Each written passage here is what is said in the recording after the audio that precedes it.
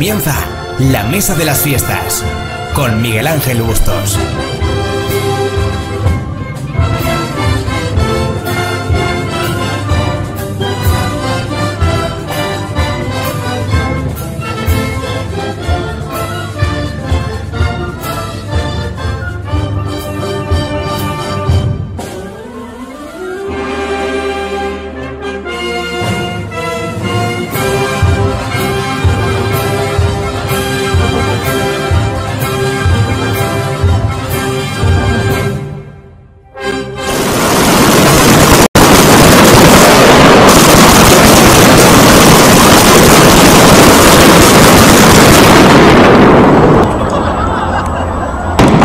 Buenas tardes, espectadores de la Mesa de las Fiestas, canal 35 de la TDT Universe Televisión.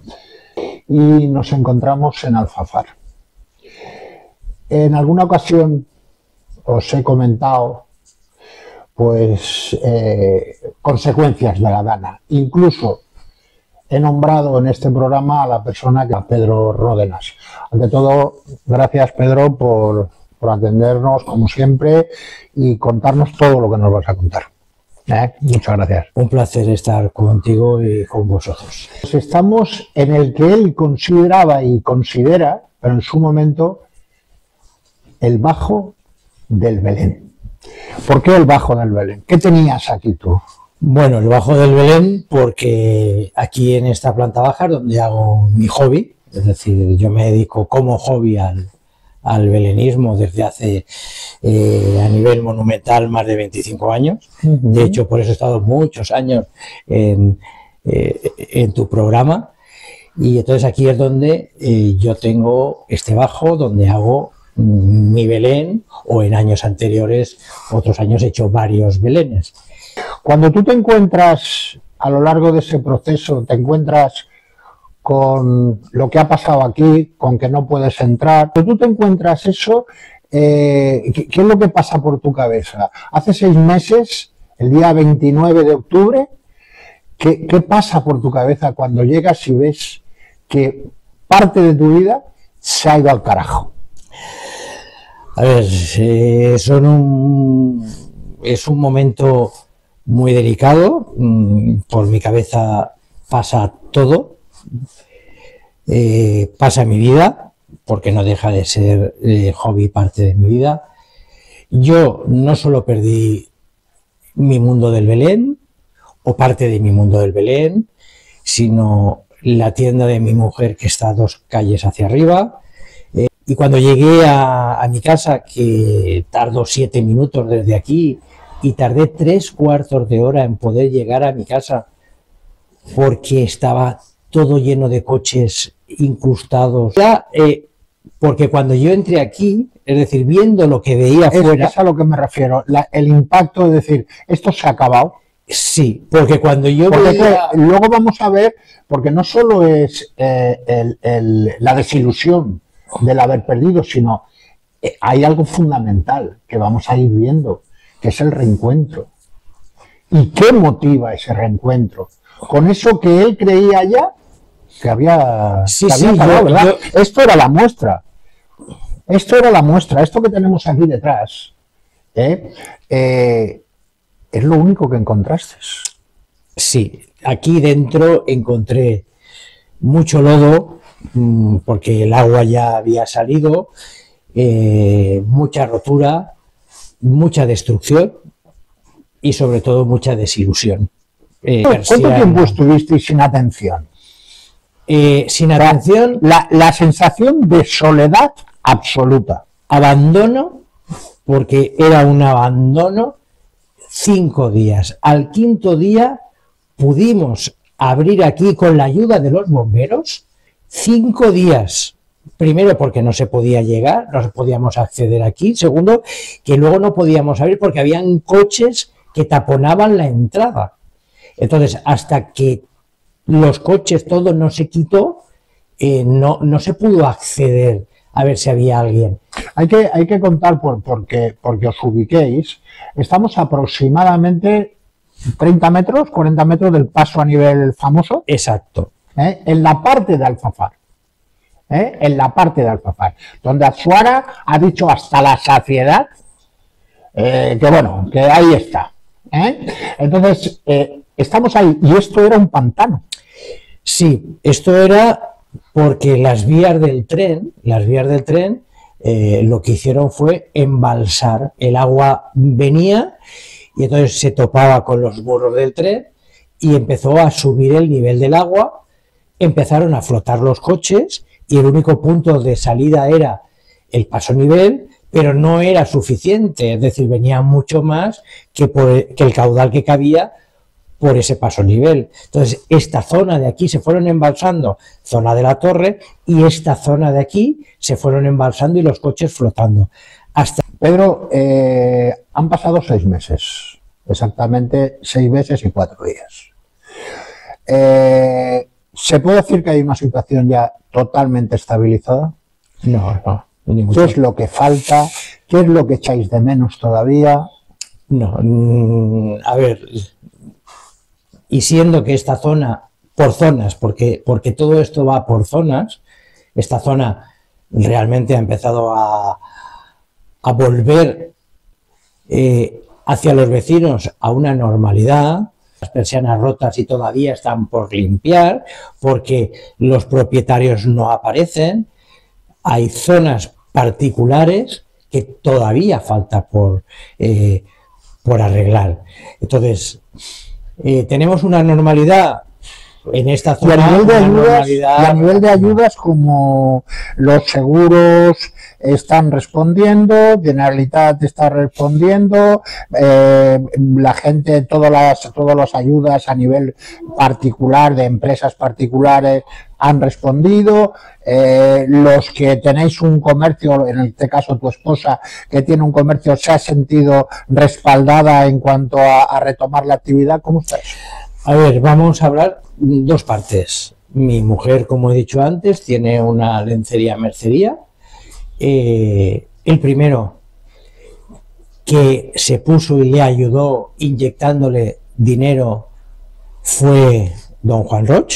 Mercadona. En 4 días, desde que nos pusimos en contacto, en 4 días mi mujer tenía el dinero en el banco, y ese dinero en el banco servía porque los proveedores tenían todos los giros, todas las facturas, donde mi mujer tenía que pagar todo eso, y en ese momento pues sirvió, porque tomamos la determinación de reabrir la tienda. Mi mujer tiene 61 años. Ahora hablaremos de todo eso, porque entonces, lo vamos a coger en conjunto, lo tuyo y lo de ella. Y entonces mi mujer, su seguro, que tenía un buen seguro, que ya las cosas le han ido como deben de ir, relativamente. Sí, como debe de ser. La normalización. En cambio, en mi caso es muy diferente. Primero, porque yo no tengo una actividad, esto es un hobby, y yo hago aquí donde yo pongo el Belén, donde yo no cobro por montar un Belén, porque es un hobby. Yo lo que quiero y relanzo para que el Belén no se pierda, con lo cual yo no tengo aquí ninguna actividad. Yo aquí no puedo asegurar nada. Lo tenía asegurado como continente. Como continente, el local, como continente. Enseñaré hasta dónde llegó el agua. Y entonces el contenido, yo decía que era un trastero de casa, lo tenía dentro del seguro como un trastero de casa, pero luego han venido el inspector y me ha dicho que no, que esto no es un trastero, que esto es un bajo, y que todo lo que es el contenido, pues bueno, el contenido no estaba valorado, no estaba reflejado, y entonces, y como tampoco esto es un bajo y no era una parte de garaje y demás, entonces no he tenido nada. Pero además, como yo no puedo demostrar, como no tengo ninguna actividad, tampoco tengo ninguna ayuda al ayuntamiento. Pero hay una ayuda, no sé si una ayuda, no lo sé. Creo que nadie es ajeno a tu actividad, ni a nivel de centros oficiales, ni instituciones. El primer ahora nos llenamos todos la boca, ¿no? Es que el Belén del Salón de Cristal. Oiga, el Belén del Salón de Cristal, la primera persona que coloca aquel Belén es este señor. Este señor. La catedral. Estaciones de metro. Y, lógicamente, el último, que es el que estuvo ahí en un tris, ahora lo explicará él, el Belén de San Nicolás, el Belén vertical que este año pasado iba para 6,20 metros en esa verticalidad. Entonces, claro, lo que te estaba diciendo es que todas las instituciones, Pedro, saben que tú tienes esta actividad, saben, porque evidentemente no se va a cometer ninguna ilegalidad diciéndole a este señor, Pedro, que Monpó le diga, móntame un tranvía, que has montado en Stadler, que es la empresa, Stadler, Macosa, Casadevi, bueno, historia de la industria valenciana. No lo va a decir, no, es que móntame el tranvía de Stadler y eso vale no sé qué. O sea, no, o sea, está claro, pero no hay nadie que te haya dicho, Pedro, con todo lo que has perdido, con todo el patrimonio de todos, porque era tuyo, pero lo hemos visto todos. Nadie te ha dicho nada de eso, independientemente que el seguro diga que evidentemente pues no lo tienes para asegurar, no se lo voy a pagar. Nadie. Nadie. He ido al ayuntamiento. Cultura, patrimonio, se nos llena la boca. Se nos llena la boca. Pero pasa esto. Pasa que un señor con 25 años de actividad. Ahí te quedas. Eso no es cultura, eso no es patrimonio. Claro, es que no lleva ninguna etiqueta puesta. Yo vivo en la torre y fui a pedir ayuda en la torre. Y me dijeron que yo vivo en la torre, pero los belenes los hacía en Alfafar. He ido al ayuntamiento de Alfafar y el ayuntamiento de Alfafar me ha dicho que, claro, yo aquí no tengo ninguna actividad, no tengo, con lo cual no me pueden dar nada. Fui a la Cruz Roja me dijo que si no tengo ninguna actividad ni tengo de cara a consorcio de seguros, nada que, pues tampoco sé.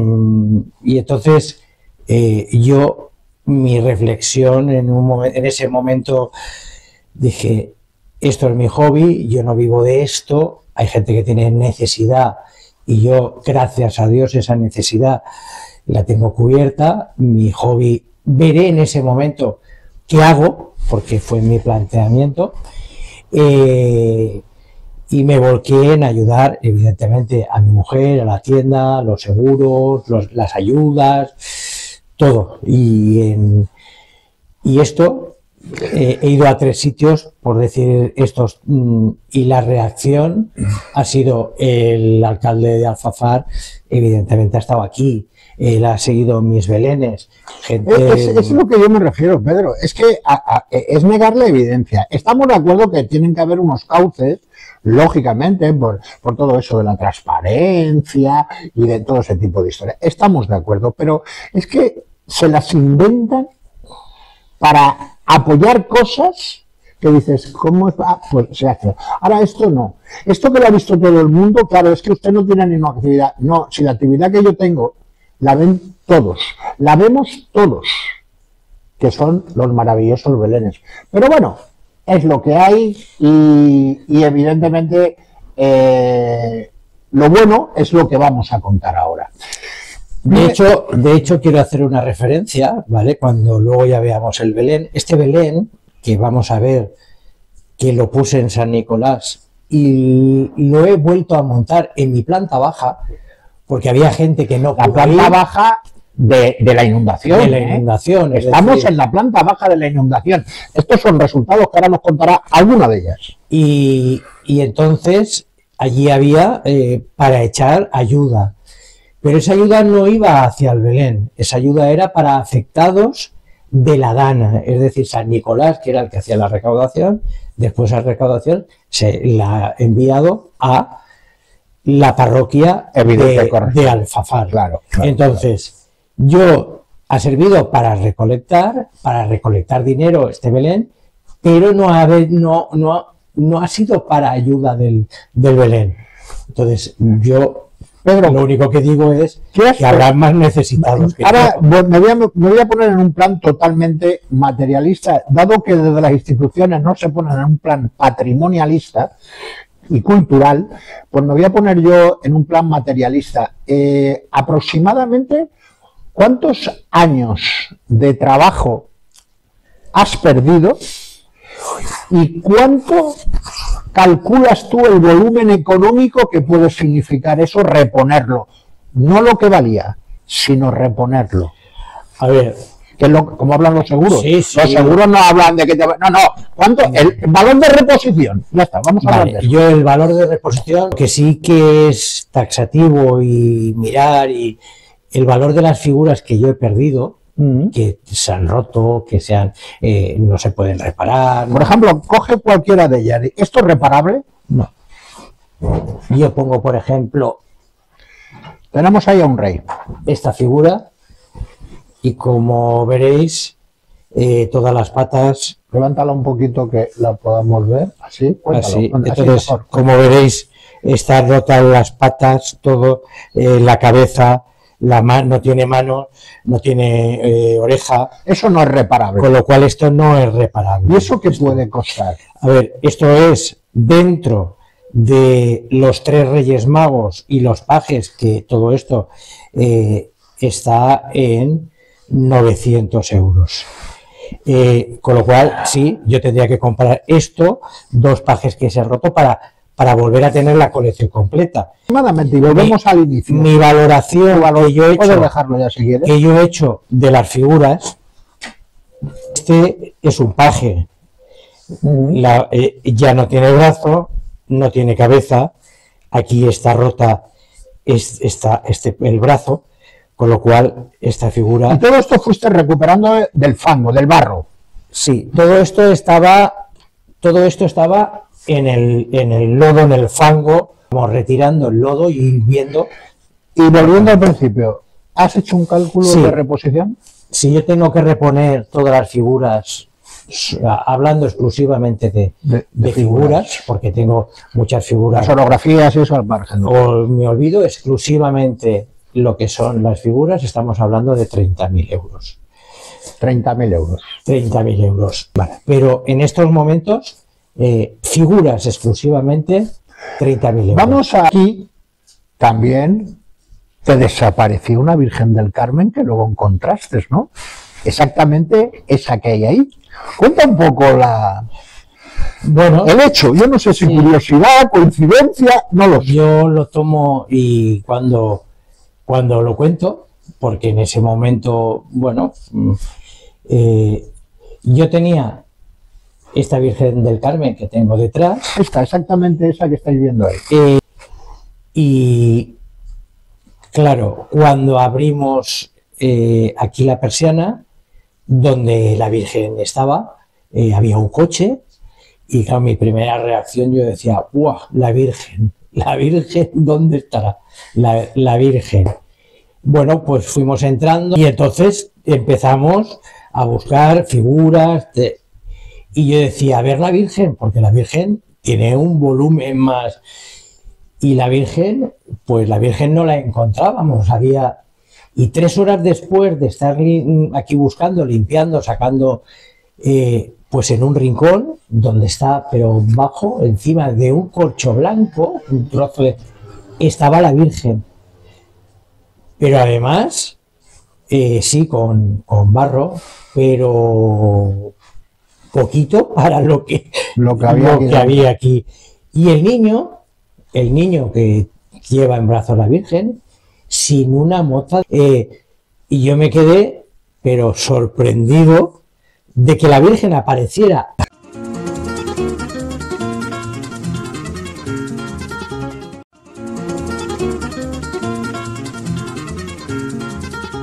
Pedro, ¿por qué se convierte la Virgen en la Virgen del Bajo de los Belenes? Pues se convierte porque realmente me pongo más tarde, cuando podemos abrir y todo, en contacto con ellos y les cuento en qué condiciones está la Virgen, la historia de cómo la encontré, y entonces me dijeron, esta Virgen no quiere salir de ahí, esta Virgen... Este es su sitio, este es su lugar. Y entonces este es el lugar. Bueno, vamos a ir acabando esta primera parte, porque ahora nos va a dar, vamos a hacer un recorrido por ese Belén de San Nicolás, que hoy está y va a estar de continuo pues en este bajo de Alfafar, en la calle Magallanes número 15. Sí. Y que se va a poder ver, Pedro.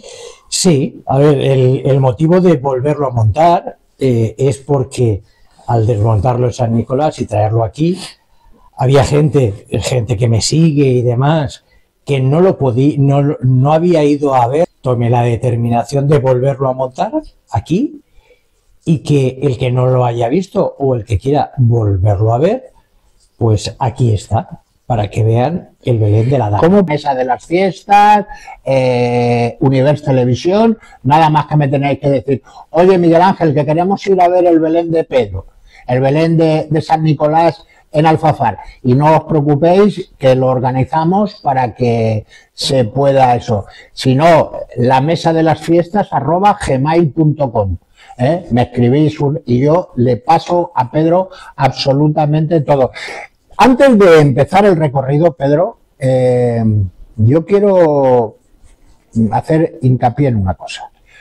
Yo me imagino que cuando tú ves todo el percal que hay aquí, todo lo que tienes, la destroza que tienes, lo primero es decir, aquí se ha acabado la historia.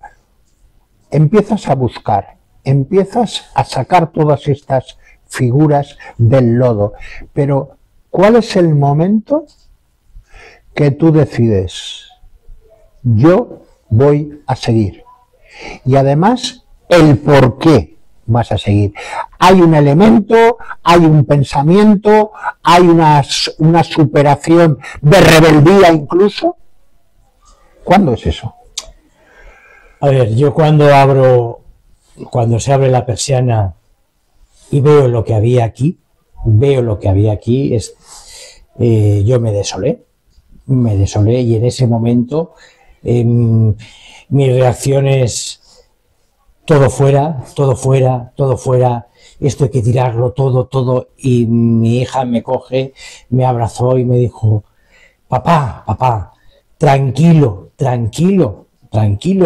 no, y le dije, hija, todo esto no vale, todo esto, y me dice, tranquilo, poquito a poco, vamos a ir viendo.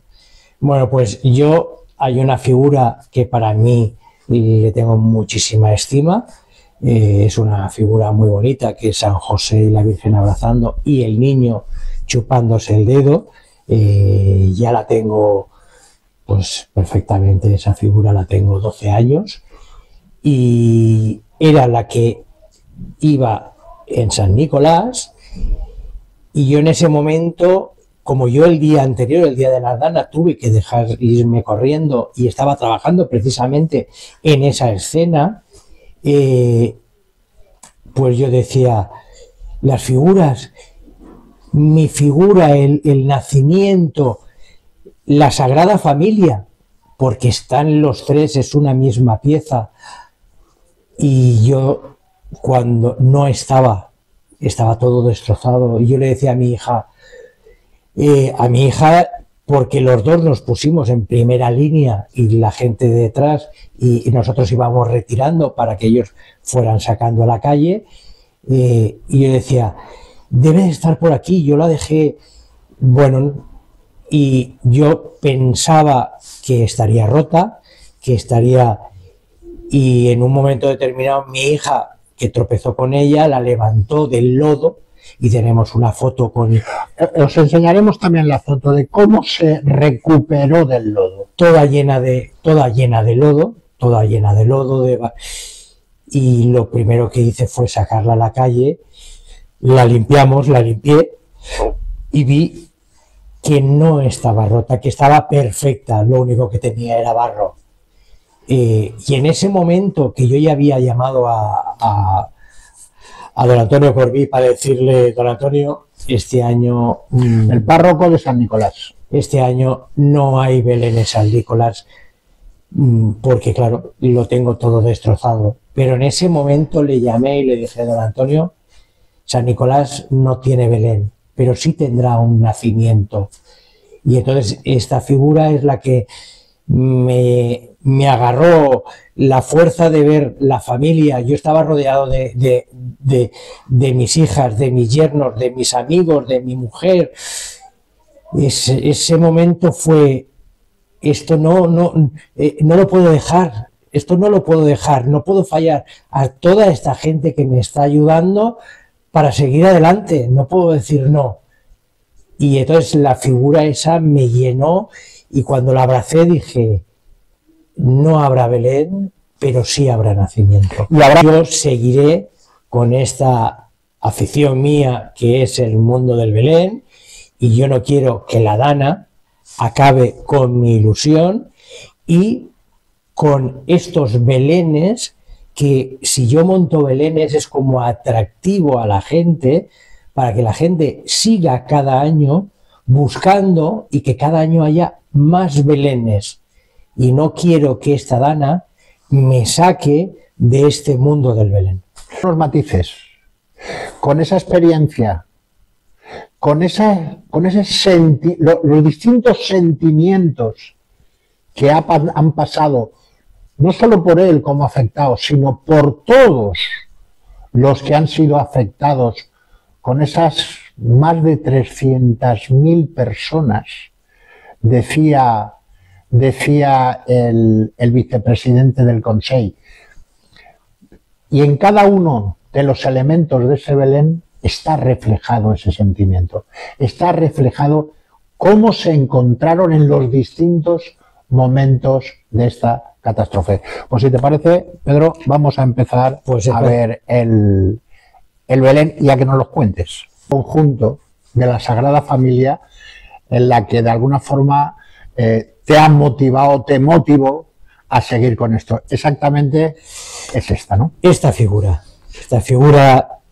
es una figura de 35 centímetros, donde está San José abrazando a la Virgen, el niño chupándose el dedo, es decir, es una combinación, una figura para mí muy entrañable y muy bonita y la tengo en mucha estima. Bueno, y este es el conjunto que tuviste que reinventar, ¿no? Sí, porque esto no iba en el Belén original. Esta parte de aquí, sí, de hecho el nacimiento iba ahí dentro, el Belén iba aquí dentro, pero estas escenas, esto de aquí no iba, porque cuando hablo de 6 metros, yo aquí, que tengo 3,25 de altura, lo que hago es 2 módulos para luego poner uno encima de otro, y entonces pues desapareció, todo flotando, cosas rotas, y de todo el Belén que yo tenía pues pude salvar lo que es el nacimiento, aunque yo no he querido reparar, he querido dejar todas pues cosas en evidencia que evidencian lo que han pasado. La cúpula pues está llena todavía de barro, cosas donde aquí pues podemos ver todo el agua, los restos que ha ido dejando esta riada. Entonces en ese momento yo me puse a pensar en hacer un nacimiento, en hacer algo, y la primera idea que me surgió es porque aquí había gente en la calle y la Sagrada Familia está al igual que había mucha gente. Porque la Sagrada Familia, el nacimiento, ¿dónde iba?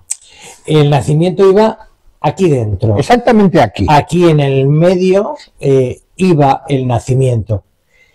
Pero para mí lo saqué a la calle como había tanta gente que se encontraba en la calle. y además veré la característica de que todo el suelo es barro. Este es barro del barro. Pero además es barro del barro que había aquí y en la calle. Todo este barro yo lo guardé, filtré para que no fuera barro que oliera y demás.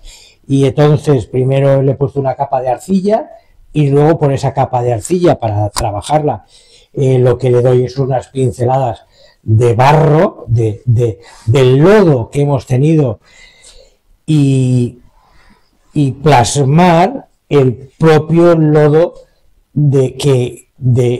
tanto de aquí, de mi bajo, como de la calle. Háblame de esos sentimientos, de esas situaciones reflejadas en el Belén que estamos viendo. Entonces, este Belén, lo que me salía para montar y qué pensar, lo que me salía era lo que nosotros estábamos pasando en ese momento, lo que había en la calle. Y entonces quise trasladar a este Belén, que al final es el Belén de la Dana, porque todas las figuras han pasado la Dana. Hay figuras que están mutiladas, que les falta la mano, que faltan dedos, que todas están con barro, porque todas, unas más y otras en menos, todas estuvieron en el fango.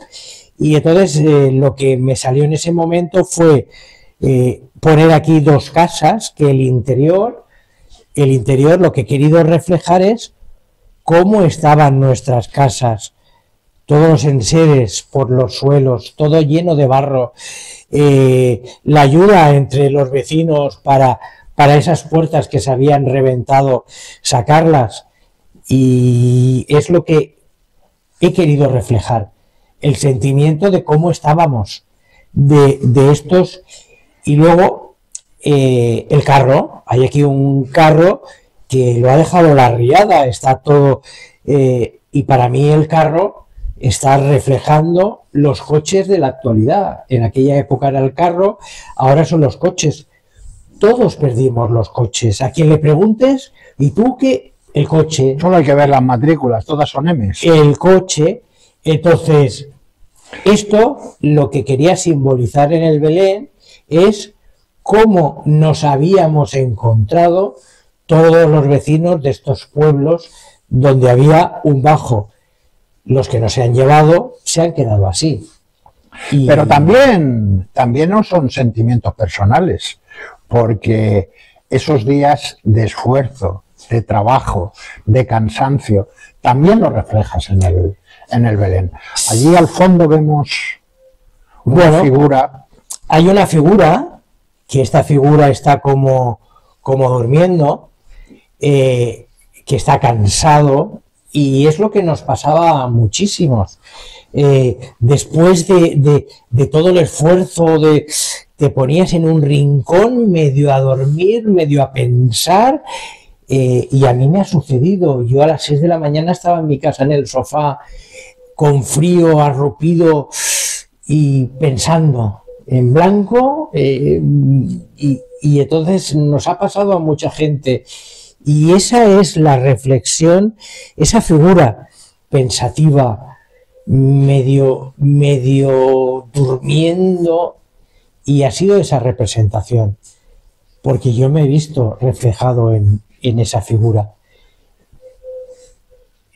Después, esa fachada, esa escena, que es la gran administración, la macroadministración, si por una o por 17. A ver, pues esta fachada que se quedó así, es decir, la rotura de este balcón era tal cual como quedó, y se salvó, que la tenía yo guardada aquí, porque tiene mucho trabajo, es la que me sirvió para poner, y cuando Miguel Ángel está grabando, en el fondo estáis viendo que está el rey Herodes, de que el pilar está caído en la entrada. Pues mi reflexión es que el rey Herodes era el político de la época, y el político actual, me da igual el color, nos ha roto a todos las estructuras, nos ha roto La columna. los pilares. Los pilares. ¿Por qué? Porque hemos estado aquí días y días esperando y estábamos solos con la ayuda de los voluntarios que han venido a ayudarnos. El día que empecé a limpiar la planta baja, éramos 17 personas. De esas 17 personas, además de mi mujer, mis 2 hijas, mis 2 yernos, el resto era voluntarios, amigos, gente que pasaba, que venía a ayudarnos. Eso sí fue la esperanza, porque pasaban los días y todo... Hay otro elemento, Pedro. Estoy enfocando ahora al fondo, estoy enfocando una fuente que tú has colocado en este nacimiento, ¿eh? Señálala tú si acaso desde aquí para que la veamos. Sí, aquella del fondo. ¿Eh? ¿Qué significado le das a esa fuente? Bueno, pues el significado de esa fuente, como todos sabéis, nos quedamos sin luz, sin agua, sin gas natural, sin ningún servicio. Entonces, en la Avenida Real de Madrid, que está aquí al lado, había una tubería que la fuerza del agua la había sacado y por ahí sí salía agua. Bueno, toda la gente de la zona iba allí a recoger agua. Y yo veía a la gente, a mis vecinos de esta zona, con garrafas de agua, llenando, y había colas, pero colas de más de 200 personas. Cuando hacía unos días yo estaba viendo las noticias de Gaza, las colas, los bombardeos, todo, y yo me daba la sensación de que estaba en Gaza, y todos mis vecinos en cola buscando el agua porque tenían que hacer sus necesidades y no había agua y las llevaban pues para hacer sus necesidades. Y a mí eso me hizo una reacción para reflejarlo dentro de este nacimiento. Sí, vamos, sí que me gustaría de alguna forma que nos enseñaras hasta dónde llegó el agua aquí en este bajo. A ver, aquí por ejemplo, que además tenemos varias figuras, hay 2 alturas. Aquí es donde llegó el Belén, esto el agua, estamos hablando de 1,30 m, de altura, y bueno, como son mías, hechas por mí, pues estas figuras las tengo aquí guardadas, y cuando toque las limpiaré y las repararé. A ver, yo lo que quería decir es que todo lo que os he contado pues es lo que ha sucedido, tétrico, horror. Pero con todo esto, al final hay una esperanza, la esperanza que os digo de seguir.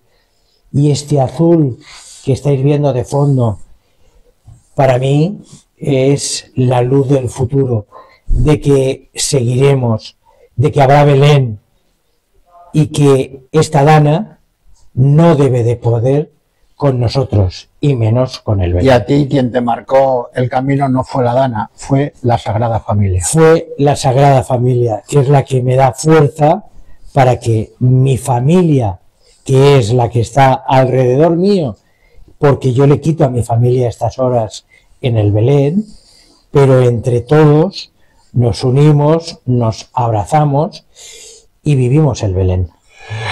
Pues muchísimas gracias, Pedro. Ha sido un verdadero placer. Ya sabes dónde nos tienes siempre.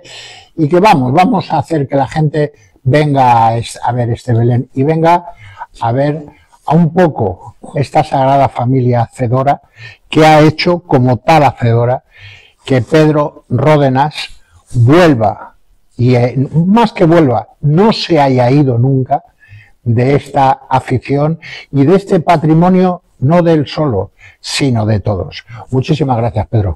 Muchísimas gracias a vosotros y aquí me tenéis para lo que necesitéis. Muy bien.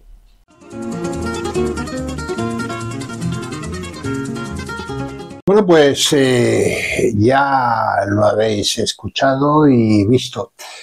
El Belén de la Dana, el Belén de la Gran Riada y Pedro Ródenas.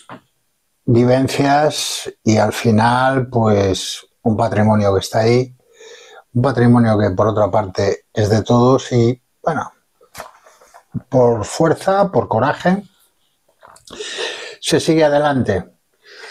Por ayudas poco. Y lo que hemos dicho en el reportaje es muy sencillo. Si hay grupos o gente que quiera verlo, el Belén va a estar expuesto constantemente en Alfafar y lo único que tenéis que hacer es mandáis un mail o os ponéis en contacto por redes conmigo y si es por mail, la mesa de las fiestas @gmail.com. ¿Qué vamos a hacer esta tarde? ¿Qué reportajes os vamos a traer? Mirad, en primer lugar, veréis que el formato sigue siendo el mismo. Bueno, ha ocurrido una circunstancia por la cual, pues lo que teníamos previsto iniciar esta semana, pues, o la fórmula que teníamos, que era habitual en nosotros, pues hemos tenido que retrasarla una semana más. ¿Qué vamos a ver? Pues en primer lugar lo que vamos a ver es la fiesta del Cristo del Grau. La fiesta del Cristo del Grau en el cual nos va a incorporar dos elementos. El primero de ellos va a ser el desembarco del Cristo y posteriormente, ya lo veréis, tenemos una entrevista. Así que sin más dilación, os dejamos con el desembarco del Cristo del Grau, del desembarco del Negret.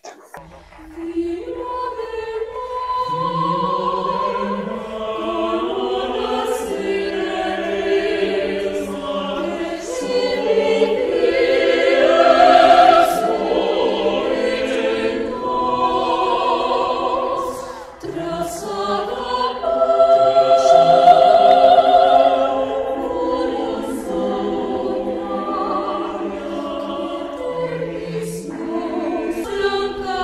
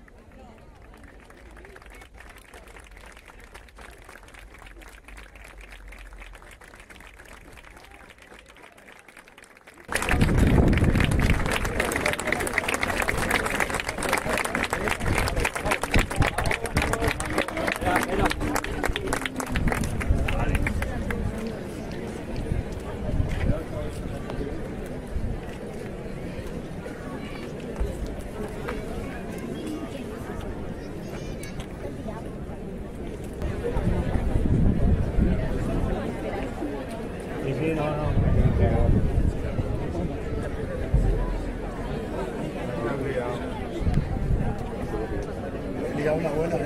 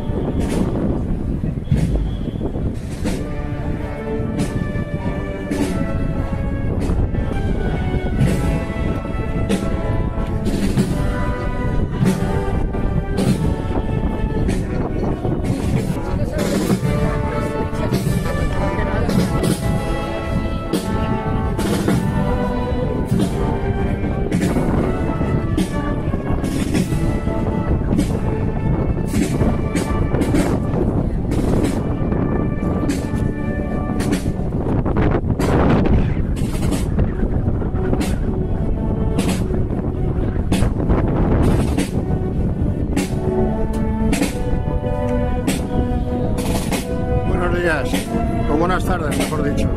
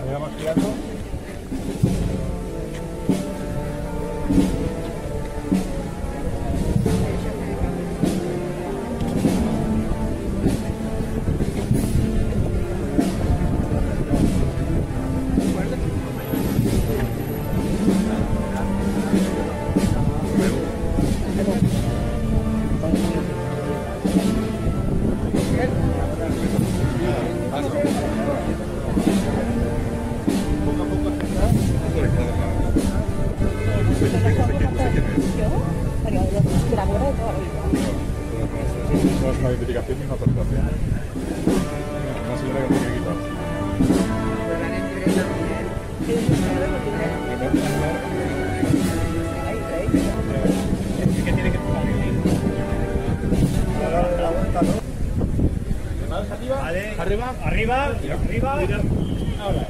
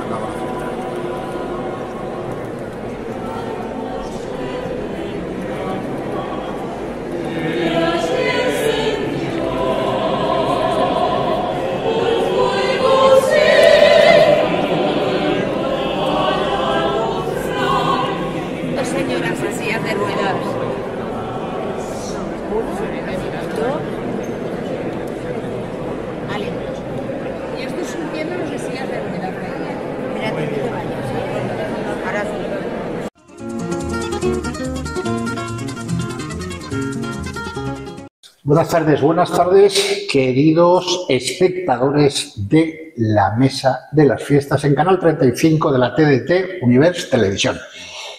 ¿Dónde estamos? Pues donde estamos en la parroquia de Santa María del Mar y aquí tenemos al Santísimo. Yo creo que nunca se ha hecho una entrevista ante tan importante, sublime testigo, el Santísimo Cristo del Grau, el Negret.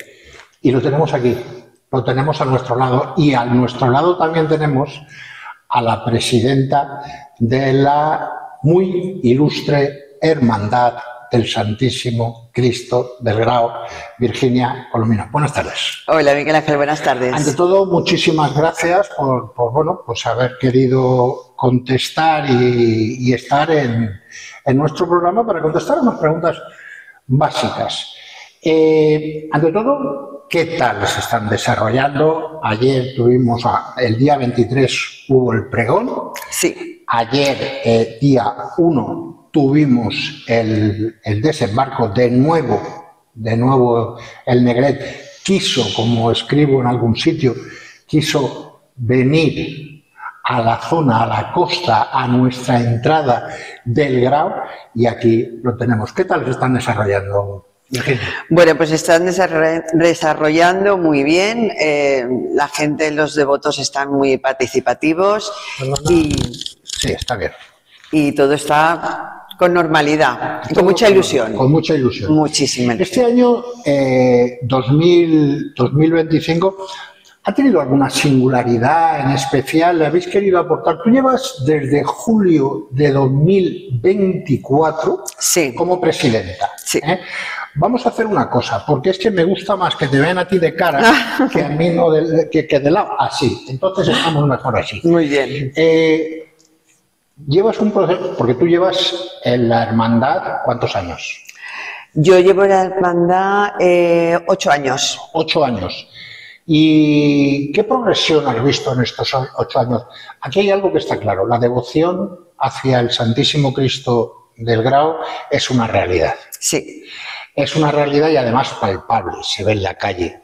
Pero a nivel interno de la asociación, ¿hay una respuesta? Es decir, esa hermandad va creciendo, va entrando gente joven. ¿Qué está pasando ahí?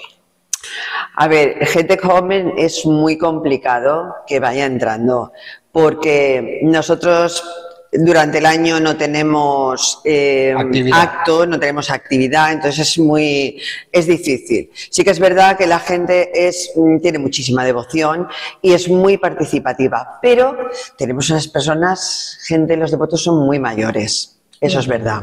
Pero nosotros, poquito a poquito, porque tenemos que estar, son 4 años de presidente con mi junta de gobierno y poquito a poquito tenemos mucha ilusión y vamos poco a poco, año a año, dándole una vuelta a la hermandad y esperamos que consigamos la participación de mucha gente más joven. Yo siempre digo, y los espectadores de la Mesa de las Fiestas, que ya llevamos bastantes años en esto, sí. Tanto en radio como en televisión, siempre digo que la única forma de querer las cosas es conocerlas. Sí. O sea, es difícil que yo tenga devoción por el Santísimo si no me viene envuelto, me refiero cuando me encuentro, una persona que no es devota, una persona que algo me tiene que atraer, ¿Eso cómo lo plasmáis? ¿Cómo trasladáis a la gente? No solo los colectivos de asociaciones de fieles tienen que celebrar, sino tienen que transmitir, tienen que contarle a la gente y captar a la gente para esa creencia, para esa fe. ¿Eso cómo se plasma? Nosotros tenemos una participación, bueno, la verdad es que cuando viene la gente nosotros siempre le contamos la historia del Cristo del Negret al venir en la barca, cuando vino por el puerto, y eso les les abre mucho los ojos, se quedan muy, muy impactados al oírla y escucharla.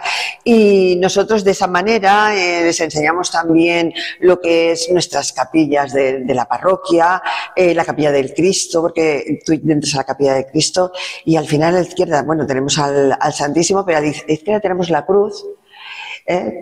Con sus reliquias de la primera escalera, y luego a la derecha tenemos la escalera, una escalera enorme.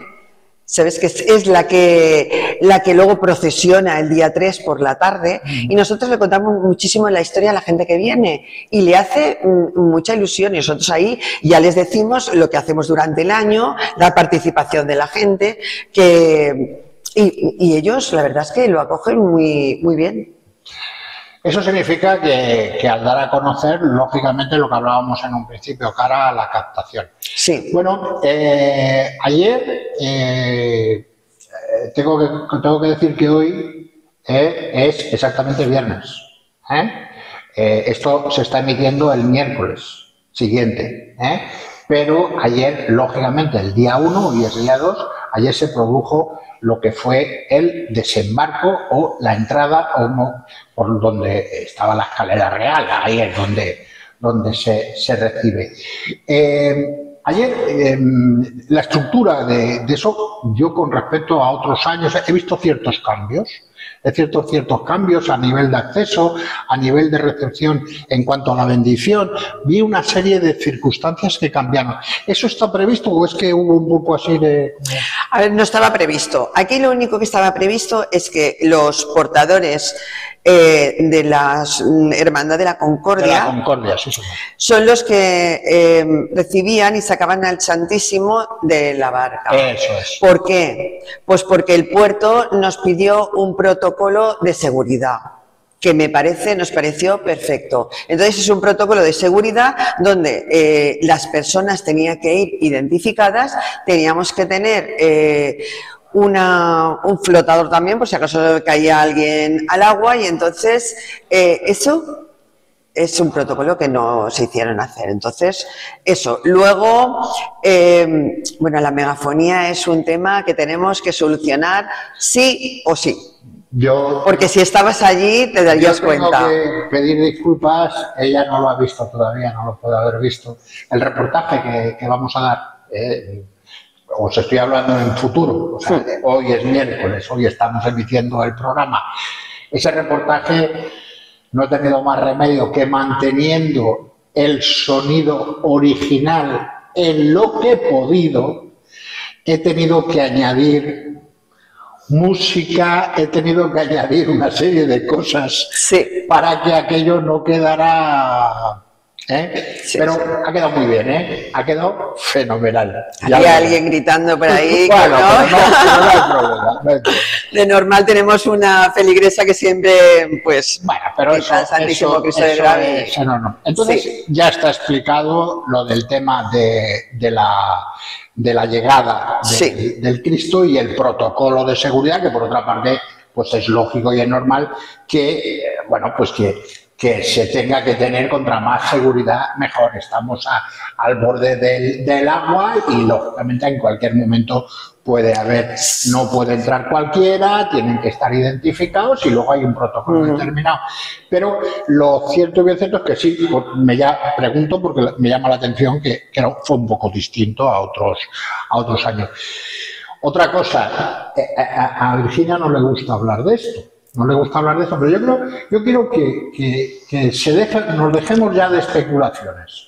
Es decir, la escalera y la cruz iluminada este año no está, como algún otro año no ha estado. ¿Qué es lo que ha pasado? Sin más.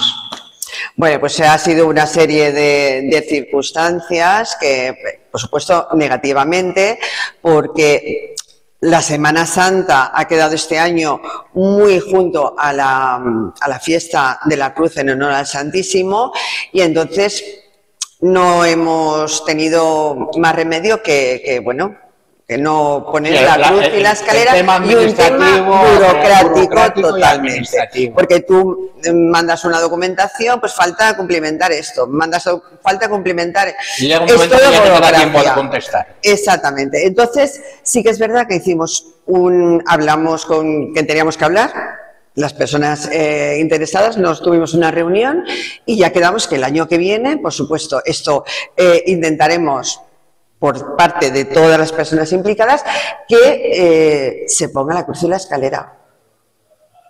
¿Sabes? Pero ha sido eso única y exclusivamente.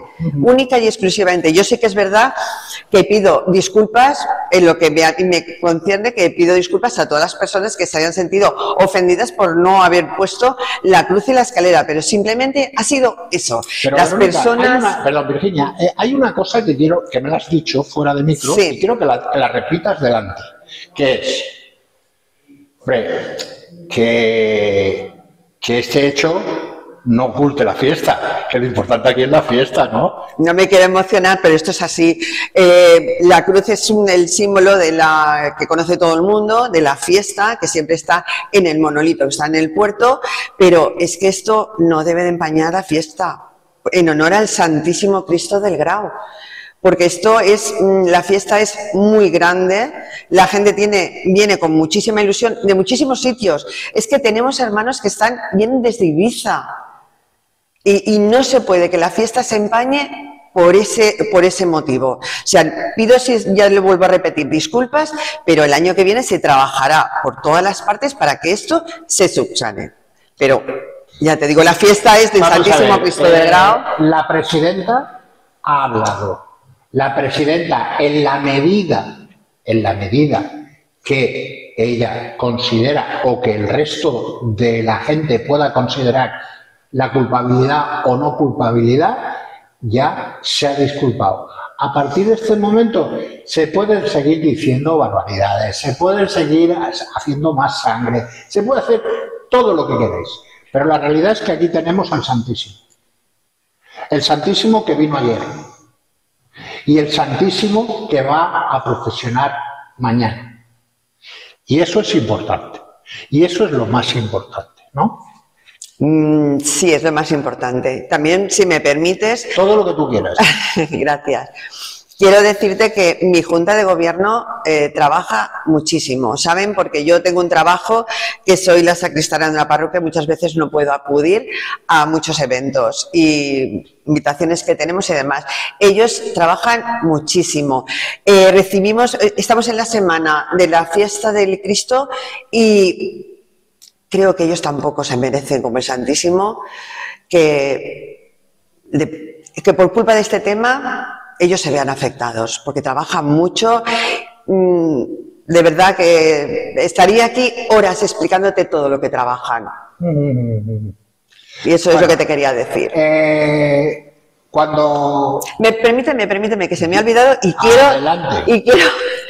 quiero recalcar también que yo, y voy a mirar a la cámara para que lo sepa todo el mundo, que lo digo de primera persona, no soy responsable, ni mi Junta de Gobierno, de las opiniones personales de la gente que está poniendo muchas cosas en redes sociales y tal. Nosotros no somos responsables. Somos responsables de la fiesta del Santísimo Cristo del Grau, que la hacemos con mucha ilusión y mucha devoción para toda la feligresía. Y yo no quiero que se acabe esa entrevista con esto que está muy bien dicho. Está muy bien dicho porque lo mejor que puede hacer un responsable y un representante de cualquier colectivo, también de una hermandad, es dar la cara por los suyos, por su equipo, por el trabajo de su equipo. Pero por eso digo que está muy bien lo que acaba de decir Virginia, pero no quiero que se acabe con estas palabras la entrevista. Quiero que se acabe, como esto ya, cuando lo vea la gente, ya habrá pasado la fiesta, que hagas una llamada para el 2026 hacia la fiesta del Santísimo Cristo del Grau, del Negret, de todos el Negret, Por favor.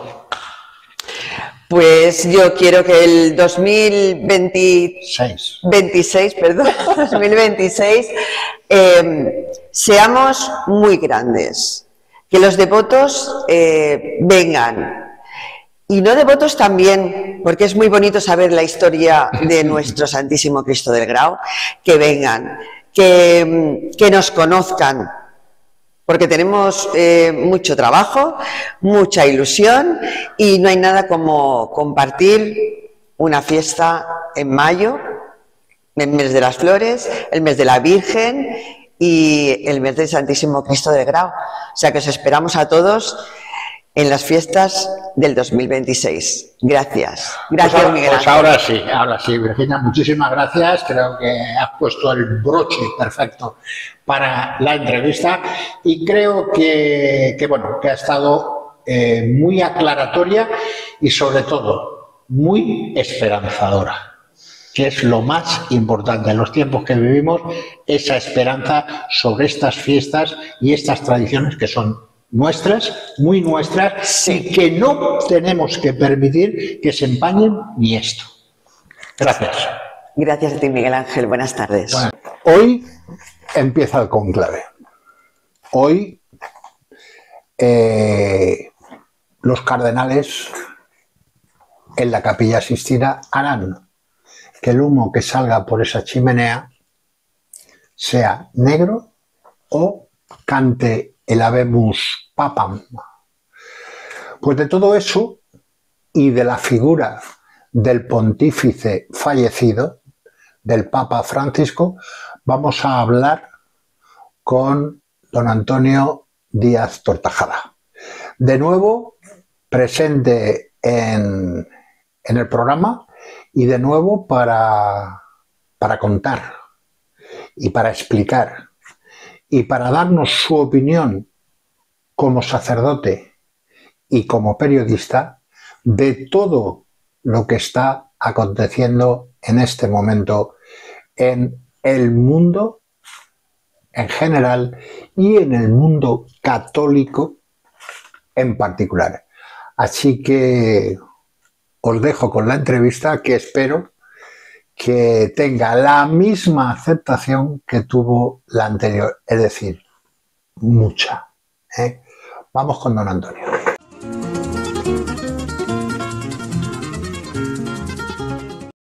Pues buenas tardes de nuevo y en un sitio ya conocido para todos vosotros. Ya hemos estado aquí, que estamos en el despacho de don Antonio Díaz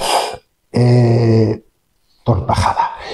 ¿Qué hacemos aquí? Pues volverle a preguntar, volverle a que nos cuente tantas y tantas cosas que nos viene contando. Y en este momento, don Antonio, ante todo, muchas gracias de nuevo por atendernos.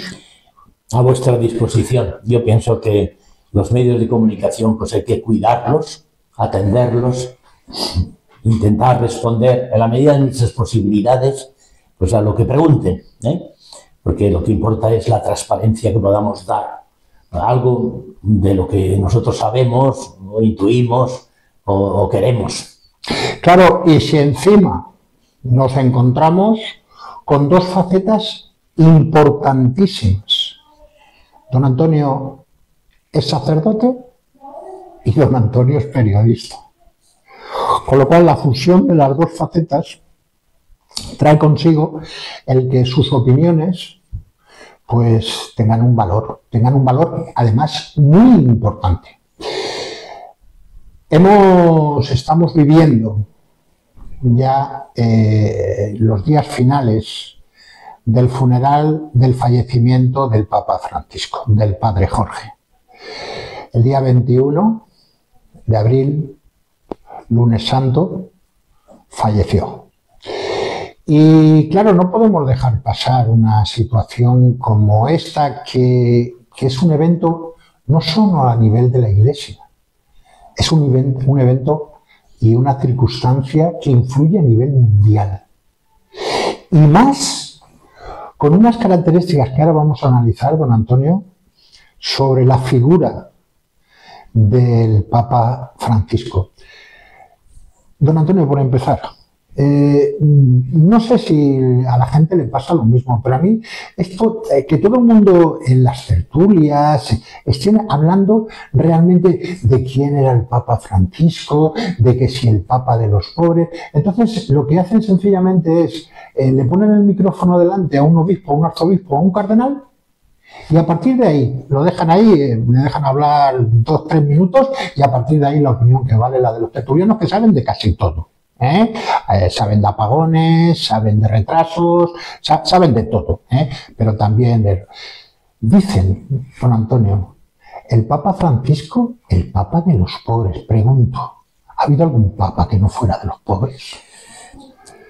Cuando nos acercamos a una figura como la figura del Papa Francisco, pues lo que hacemos es un poco hacer una caricatura de él mismo.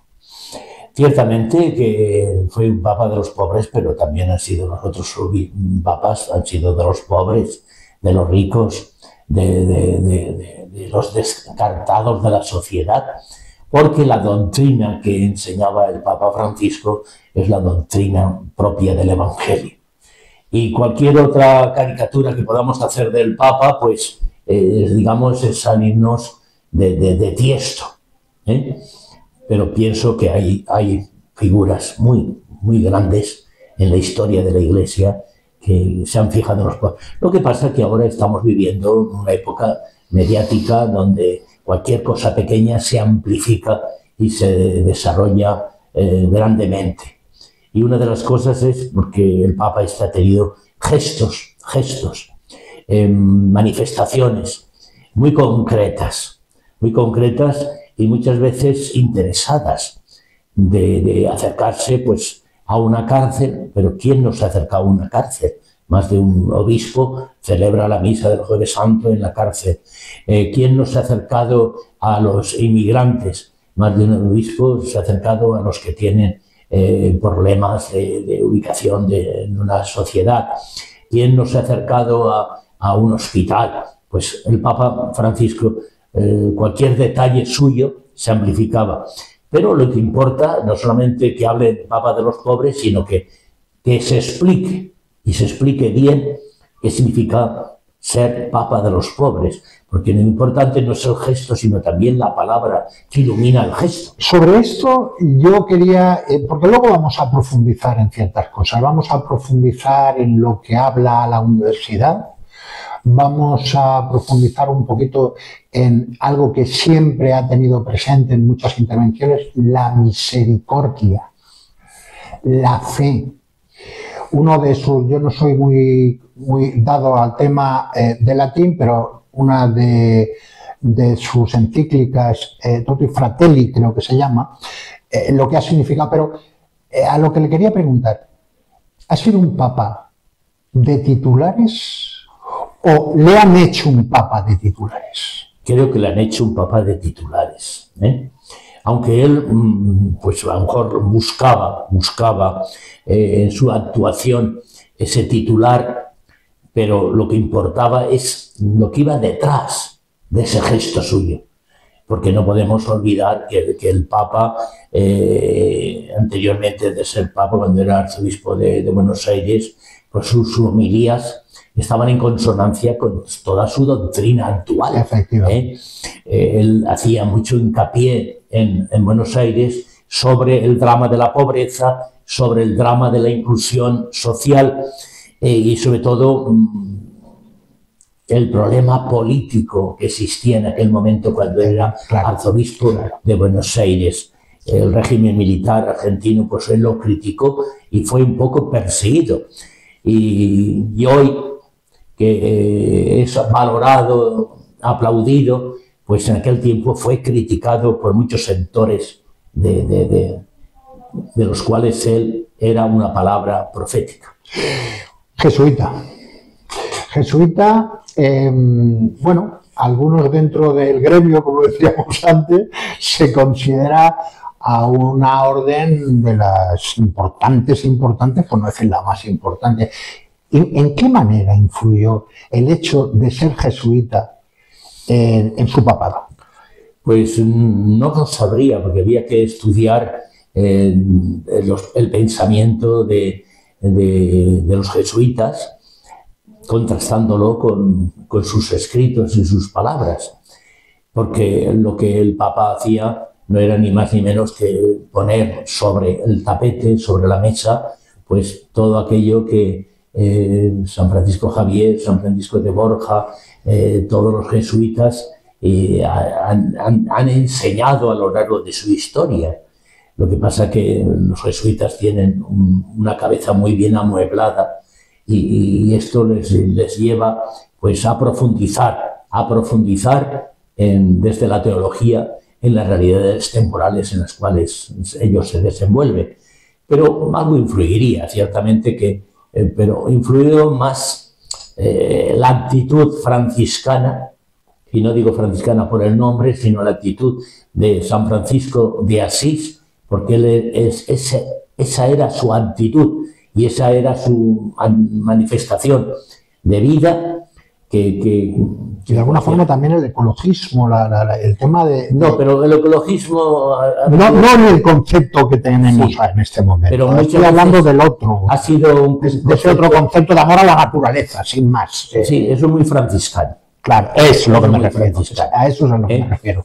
Lo que pasa es que muchas veces la Iglesia lo ha olvidado. El respeto hacia la casa común de todos, la creación, los elementos con los cuales tenemos que trabajar, desarrollar y hacerlo crecer. Pero, ya digo, en el Papa han influido muchas teologías.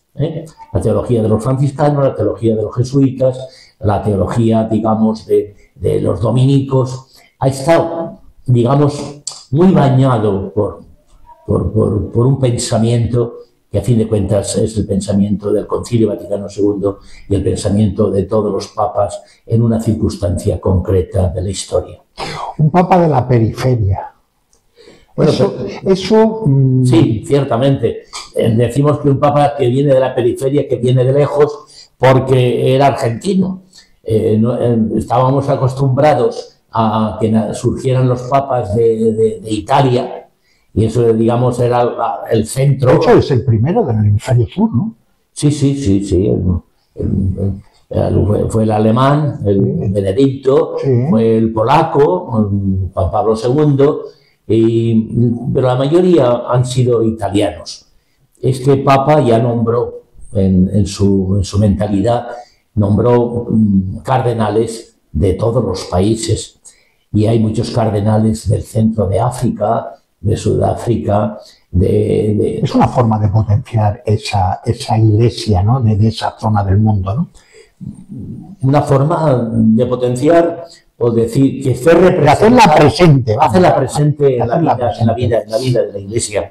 No podemos quedarnos solamente con la visión alemana y la visión italiana o francesa del episcopado alemán, francés o italiano, sino más bien que aporten desde sus realidades concretas, aporten pues su visión. De ahí que ahora, cuando se han reunido en las congregaciones, que son reuniones previas al cónclave, muchos obispos han hablado de esas realidades, que es la evangelización en unas circunstancias muy concretas de sus países, porque no podemos ver que la evangelización sea según el criterio alemán o estadounidense, sino también el criterio de los obispos, de los pobres obispos, y pongo pobres entre comillas, del centro de África o de las islas perdidas de Oceanía. Me llama la atención, pues el Papa, dirigiéndose a profesores universitarios, hacía la distinción entre formación e información. Él entendía que para la formación tenían que entrar en juego 3 elementos de la persona. Era mente, corazón y manos.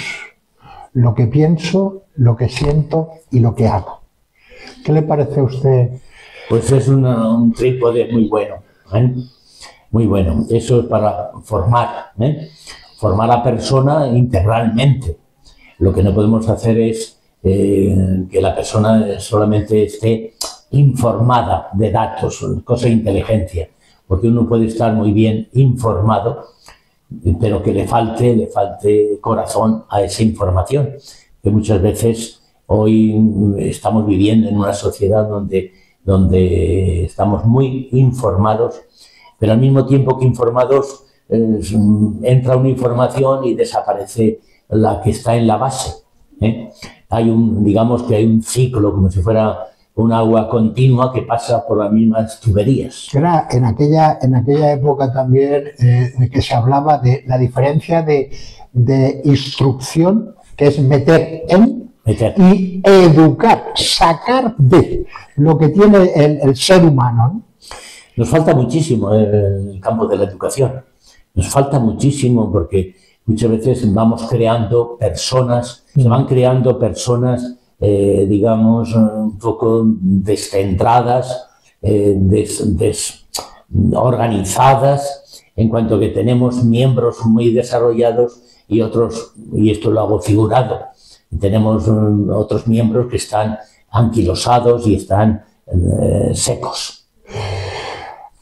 También en otra intervención, en este caso con una chica, una chavalilla de 20 años, española, que la pobrecita llorando se quejaba de que había momentos en su vida que su fe por estos, en 20 años, por Dios, en estos altibajos, en estos golpes, y el Papa le decía, la fe, el amor, es lo que te golpea, para que te agarres a ella, para que te agarres a la fe como amor de Dios.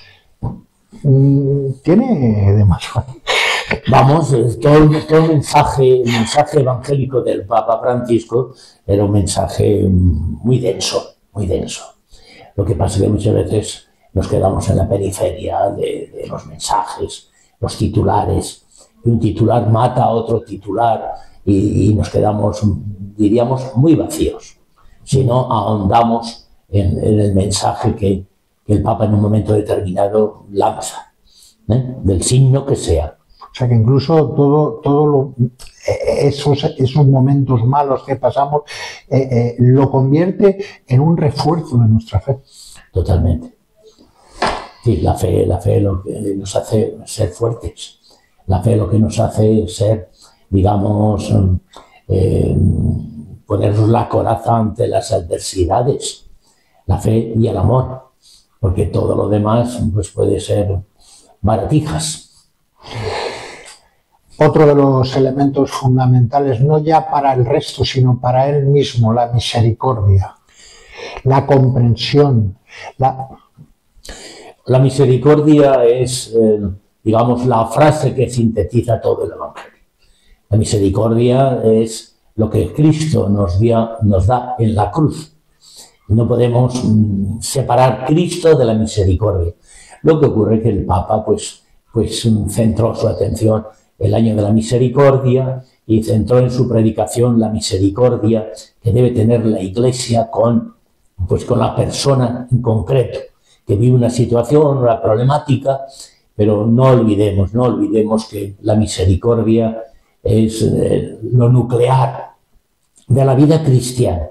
Una misericordia o una vida sin misericordia es una vida vacía. Es una forma de leer la palabra amor.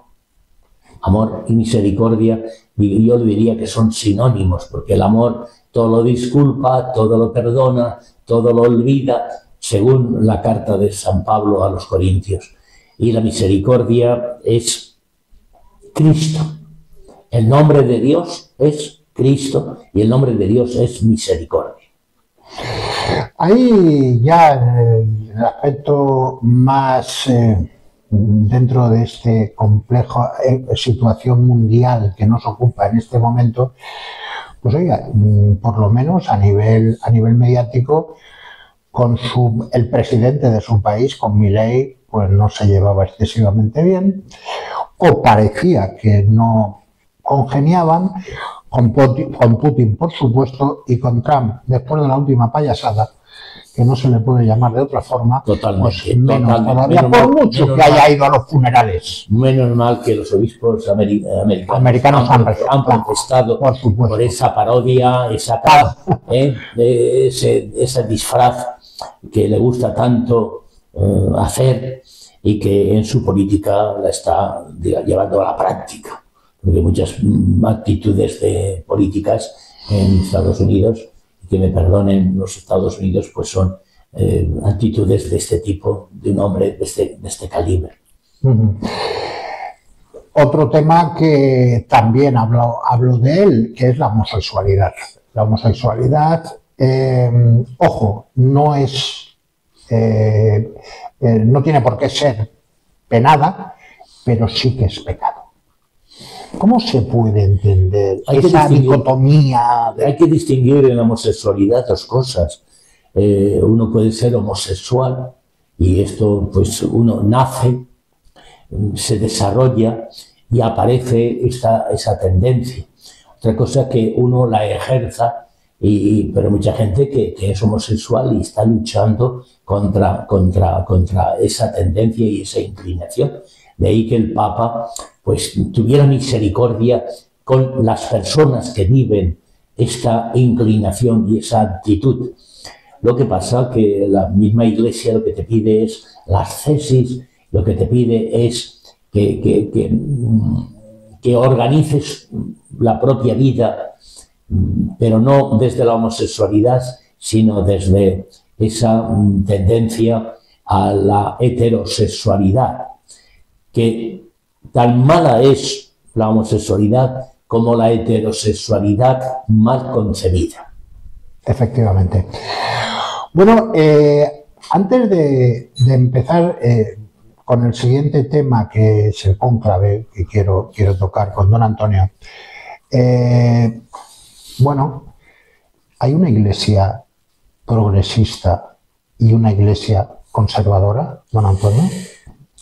Antes hemos hablado de los clichés, los titulares, y recientemente, ahora, podemos leer en la prensa, pues esta doble tendencia. Una tendencia de una iglesia conservadora, una iglesia progresista, que si el Papa futuro será progresista, será conservador, etc. No hay una iglesia, sino que hay cristianos que viven esa tendencia. La iglesia en sí siempre es eterna y al mismo tiempo que es eterna, es portadora de nuevos mensajes. Pero podemos leer esos mensajes que el Papa nos da, nos regala, con una mentalidad progresista, o como quisiéramos nosotros que fuera el Papa. Y leemos una dimensión o leemos otra dimensión, pero no hay dos iglesias. Hay actitudes, comportamientos, pero en definitiva está la iglesia del Espíritu Santo, la iglesia de Pedro, que esto es lo que importa. No hay esa cuadrícula de una iglesia que tiende a... Hay obispos que son más inclinados a un comportamiento, a una actitud que otros, pero no hay una división, no la veo.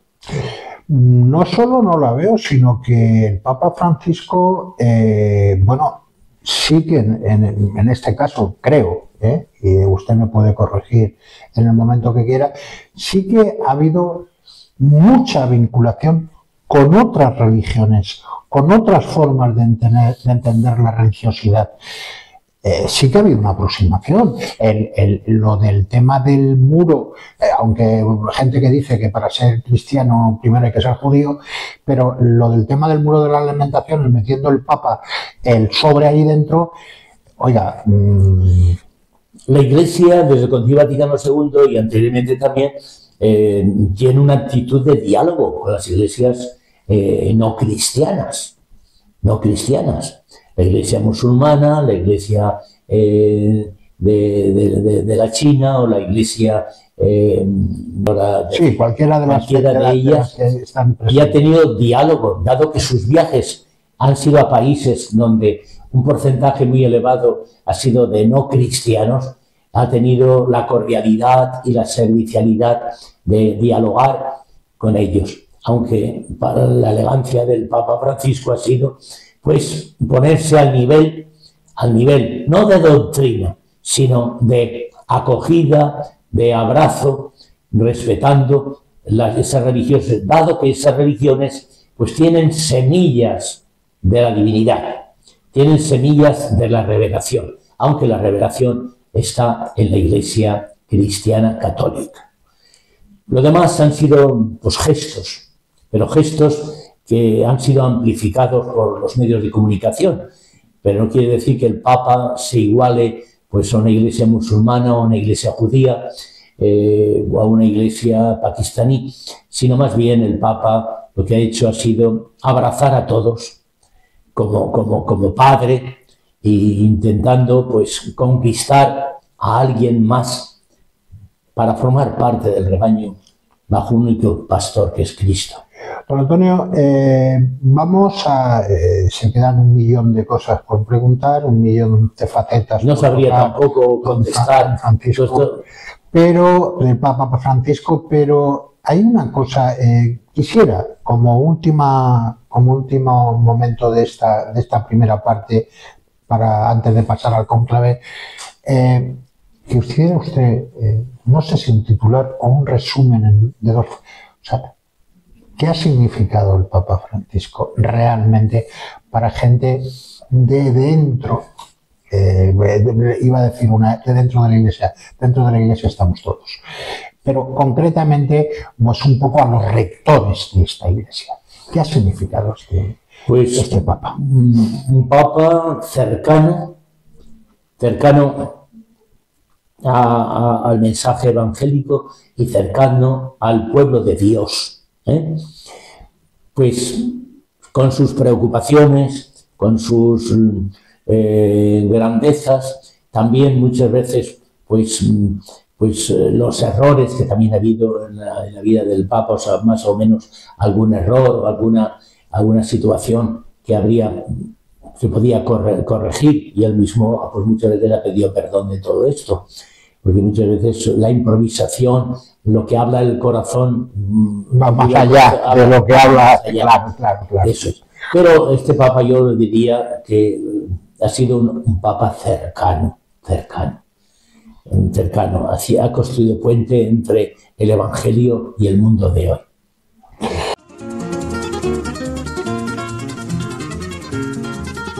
Bueno, padre, vamos a pasar al siguiente tema. Todo el mundo sabe perfectamente lo que es un cónclave, todo el mundo ha visto las sandalias del pescador, todo el mundo ha visto cónclave, y todo el mundo, ¿qué es un cónclave? Pues con llave. Con llave, bueno, clavario de llave, cónclave con llave. O sea, es curioso que la Iglesia saque palabras con la llave por medio siempre, ¿verdad? Pero el cónclave, pues no solamente están los cardenales, sino también hay un equipo de personas que harán el juramento mañana, o mejor dicho, el miércoles. Que estamos viendo el programa hoy miércoles, ¿no? Por cierto. Entonces harán el juramento de mantener el secreto que está la sentencia, es decir, que corresponde a la Santa Sede levantar la pena, de los que limpian, de los que atienden, las cocineras, Todos hacen juramento de discreción total, ¿no? Porque hablamos siempre de los cardenales que se encierran en la Capilla Sixtina, pero hay más gente que está en la Capilla Sixtina y que entra y que tiene relación con los cardenales. Tienen relación. Al que sirve la comida, quien hace la comida, quien hace limpia no pueden ir con un tapón ni pueden tener teléfonos, ni nada por el estilo, ni prensa, ni nada. Tanto es así que donde viven o van a vivir ellos dormir, las ventanas han sido precintadas. En Santa Marta, creo que Santa Marta, sí. Santa Marta y algún otro colegio que hay en el Vaticano, donde no cabían todos en Santa Marta y han tenido que ir a otros lugares de hospedaje. Y tanto es así que las ventanas, las puertas, todo está, digamos, herméticamente precintado para que no haya una influencia. La influencia y la labor se está haciendo previamente al cónclave. Eso es lo que le iba a preguntar. O sea, ¿cómo se puede decir que no hay influencia cuando, por lo menos en medios de comunicación, en este momento se está diciendo, no, ya es que hay negociaciones, que si el secretario de Estado, que si el cardenal filipino, que si el no sé qué? O sea, pues ninguno, yo pienso, y lo digo ahora y lo suscribo, ninguno de esos que se están nombrando saldrá. Normalmente Ninguno. dice que ¿cómo era aquello? Que el que Que entra de papa sale de cardenal, ¿no? Eso dicen, lo dicen ellos mismos, ¿eh? Incluso, pues bueno, pues decimos nombres de una tendencia, de otra más conservadora, más avanzados, pues ninguno de esos va a salir, porque hay una cantidad de cardenales que no han hablado en público, no han hablado a los medios de comunicación. No me dirá usted también que hay tapados. Bueno, para el Espíritu Santo todos somos... Eso es lo que le iba a preguntar yo candidatos. también. Iba a sacar el Espíritu Santo. Es que no, en todo la esto... Iglesia no es una empresa, ni es una democracia donde cada uno presenta su programa. Yo, que me he oído las homilías durante este novenario, las homilías que se han hecho en sufragio, bueno, dentro de la misa, en sufragio del Papa Francisco, y han sido presididas por diversos cardenales, pues cada uno presentaba un aspecto. Otros pues han puesto otras dimensiones. Diríamos, algunos han sido pues muchas alabanzas a actitudes, comportamientos evangélicos, que desde fuera no los podemos entender.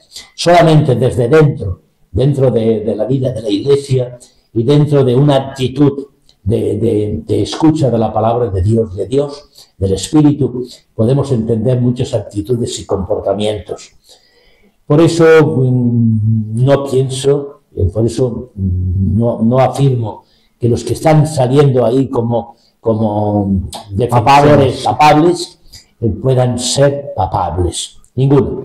Ni Parolín, ni Pizzaballa, ni Aguiar, Chomali, etcétera, etcétera, etcétera. Don Antonio, en las sesiones de conclave en la Capilla Sixtina... no he estado nunca. No, pero pregunto, ¿se debate algo allí? ¿O son corrillos...?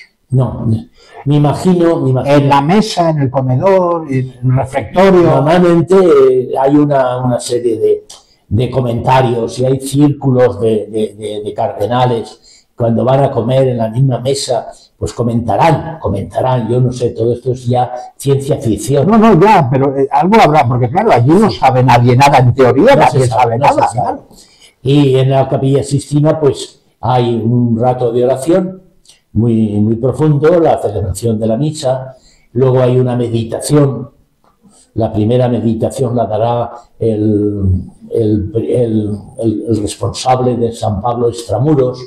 Hay un personaje, digamos, de profundidad teológica, donde intenta iluminar a los cardenales, porque también los cardenales necesitan hacer oración y escuchar al Espíritu Santo. Ahí es la pregunta. Don Antonio, ¿cuándo entra el Espíritu Santo ahí? Pues ¿después de las negociaciones, antes de las negociaciones? Bueno, no hay negociaciones. Simplemente que incluso ahora el Espíritu Santo pues va, digamos, haciéndose presente. Las celebraciones últimas que ha habido en sufragio del Papa, después las misas que harán cada día durante el cónclave, y luego las meditaciones, el tiempo de oración, pues todo esto, digamos, es una concatenación de la presencia mediadora, porque el Espíritu Santo utiliza la mediación humana de ellos. Pero claro, cuando tanto se habla del secretario de Estado, que ha perdido la confianza y tal, pero eso es, digamos, versiones interesadas por parte de los medios de comunicación que están fuera del contexto. Pero ¿cuántos cardenales que no? Yo tengo un deseo que sea un cardenal el que estoy pensando que sea papa. Y este no se ha dicho ni su nombre ni sabemos su procedencia, sabemos su formación. Yo le he escuchado 2 conferencias, le he leído más de una vez y es una persona que está más en línea de Benedicto XVI que de Francisco.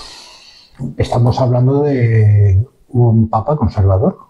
No, no es un papa conservador, es un papa que la Iglesia necesita para esta época.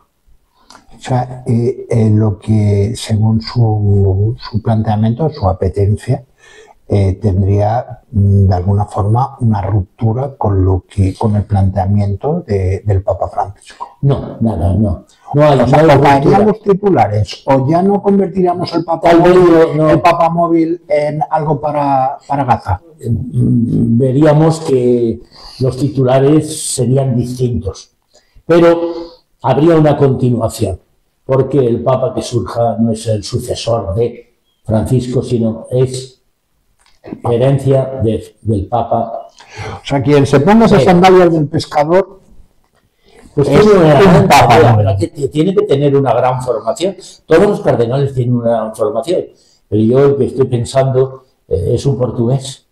Es un portugués y se llama Tolentino de Mendoza. Tolentino de Mendoza. Aprender este nombre. Eso de Cardenal Mendoza suena bien. Suena a coñac. Cardenal Mendoza suena bien, ¿eh? Sí. Suena bien. Hombre, pues yo me lo apunto y quiero y grabarlo. Está grabado, Antonio. Esa es mi votación y rezo. No sé. Yo que no me atreví a preguntárselo, ¿verdad? Es un poco como... Yo hay una, no sé dónde leí, que empezáramos por los cardenales, pero no cardenales por los cardenales, sino por un cardenal concreto. Esa es la labor del Espíritu Santo, esas oraciones claro. Yo rezo todos los días por el cardenal Tolentino de Mendoza.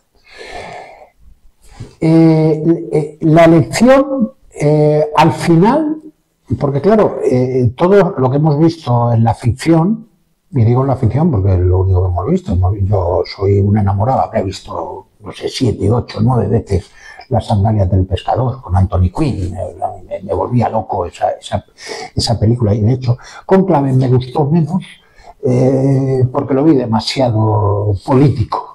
Sí. Como que realmente ahí la figura del Espíritu Santo estaba de sobra, particularmente en lo que pienso, yo no sé si usted ha visto la película y si opina lo mismo que yo, no lo sé, pero lo cierto y bien cierto es que al final son ellos los que ante dicen que va a ser un cónclave corto, máximo 3 días, el viernes por la tarde. Pero va a llegar un momento en que lo mismo que ocurrió con el Papa Ratzinger y el Ratzinger no quería ser. Claro, no quería ser, pero existe por ahí la tendencia. La edad y tal. Sin embargo, decían que bueno, que utilizaron al Papa Francisco posteriormente, lo utilizaron realmente como freno, que al final resultó que no pudo ser hasta en segunda vuelta, como decían aquellos, ¿no? Pero lo cierto es que tiene que llegar un momento en que en esa primera votación esté bloqueado, puede llegar la segunda votación y esté bloqueado y haya que darle una solución. ¿Cómo se soluciona eso? Pues no lo sé, no he estado nunca en un cónclave. Imagínese usted, si usted no lo sabe, yo que me lo pregunto, digo, ¿cómo llega el momento y le diga, todos son electores y todos son elegidos? ¡Claro! Y entonces sondean. ¿Cuántos son cardenales que no les hemos oído una palabra?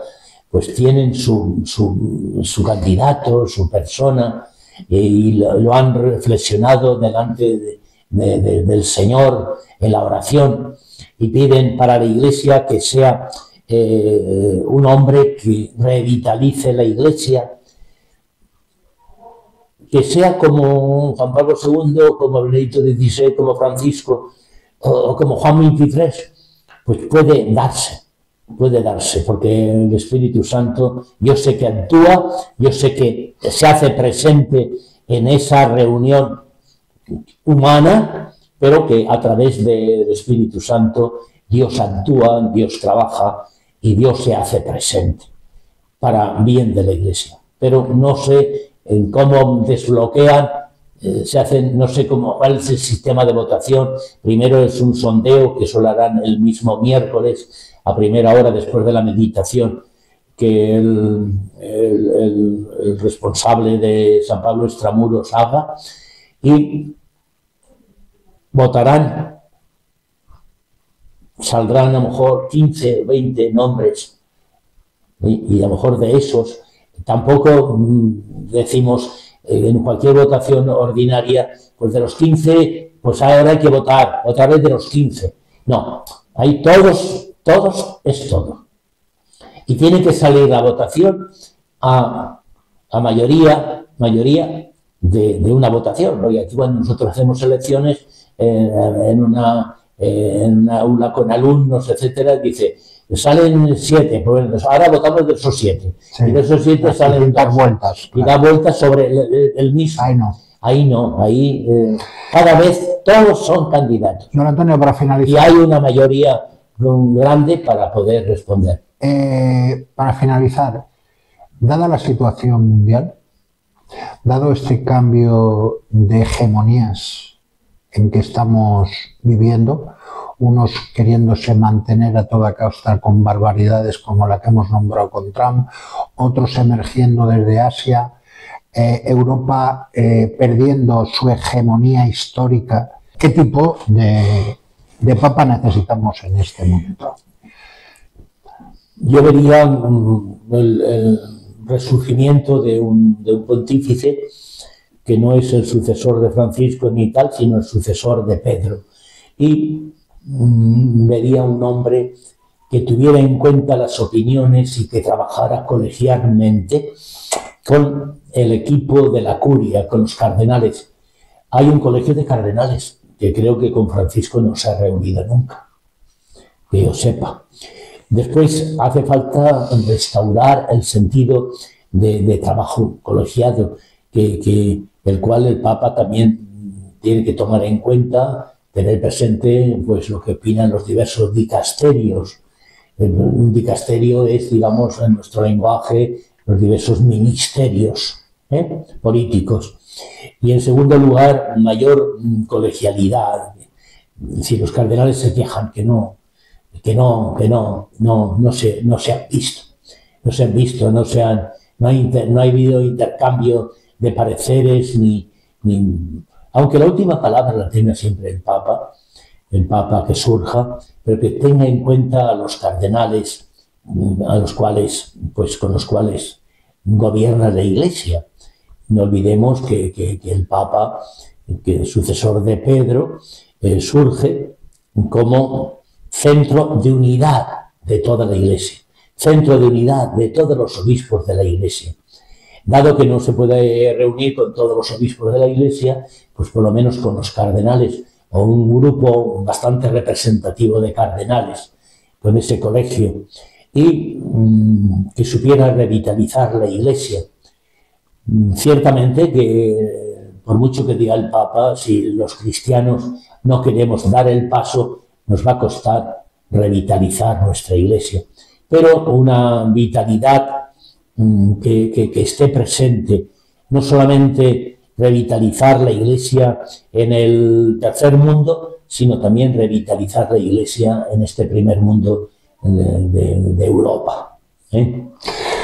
Pues, don Antonio, muchísimas gracias. Como veréis, acaba de abrir 50 puertas más.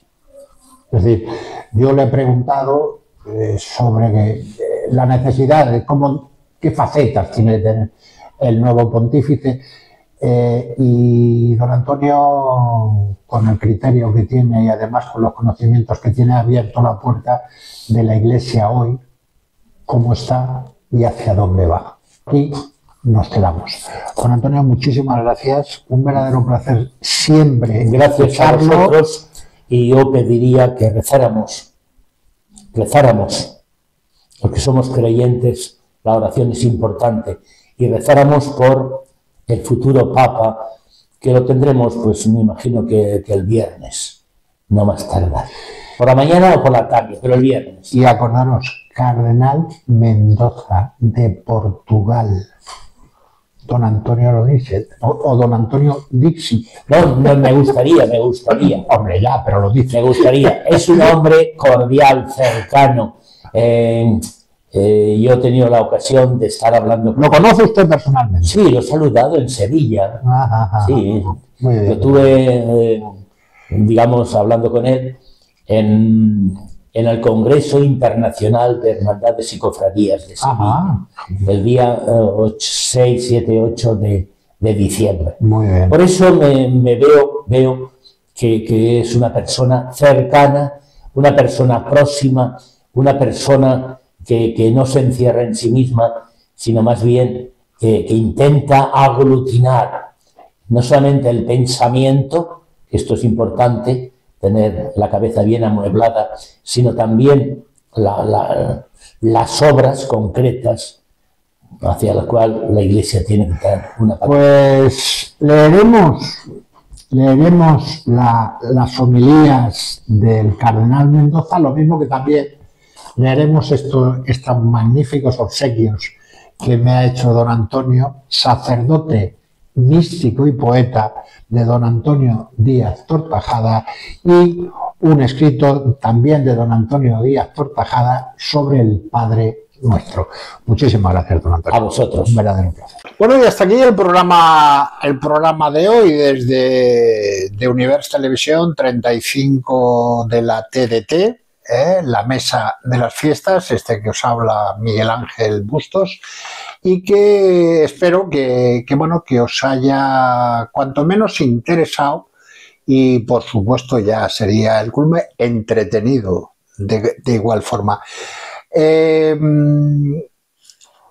La semana que viene la idea es volver a lo que teníamos que haber hecho esta semana, que es decir, volver al estudio que tenemos como norma y como normalidad. ¿Quién vamos a tener la semana que viene? Pues si no pasa nada, no hay ningún inconveniente, pues la semana que viene tendremos una entrevista con Santiago Ballester, concejal de fallas, de pirotecnia, de mercados, de comercio, en fin. Empezamos esta semana con la semana de la Virgen de los Desamparados. Evidentemente, la mesa de las fiestas se hará eco de esta festividad. En este momento todavía no podemos deciros si vamos a dar en directo la procesión o si haremos unos reportajes relacionados con la misma y con los distintos actos que amparan toda la celebración de la Virgen de los Desamparados.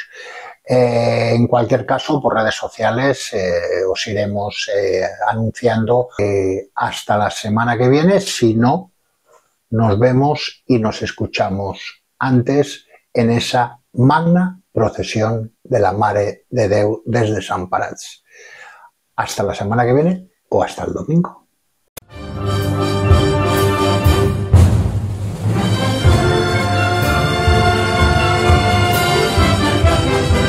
La mesa de las fiestas con Miguel Ángel Bustos.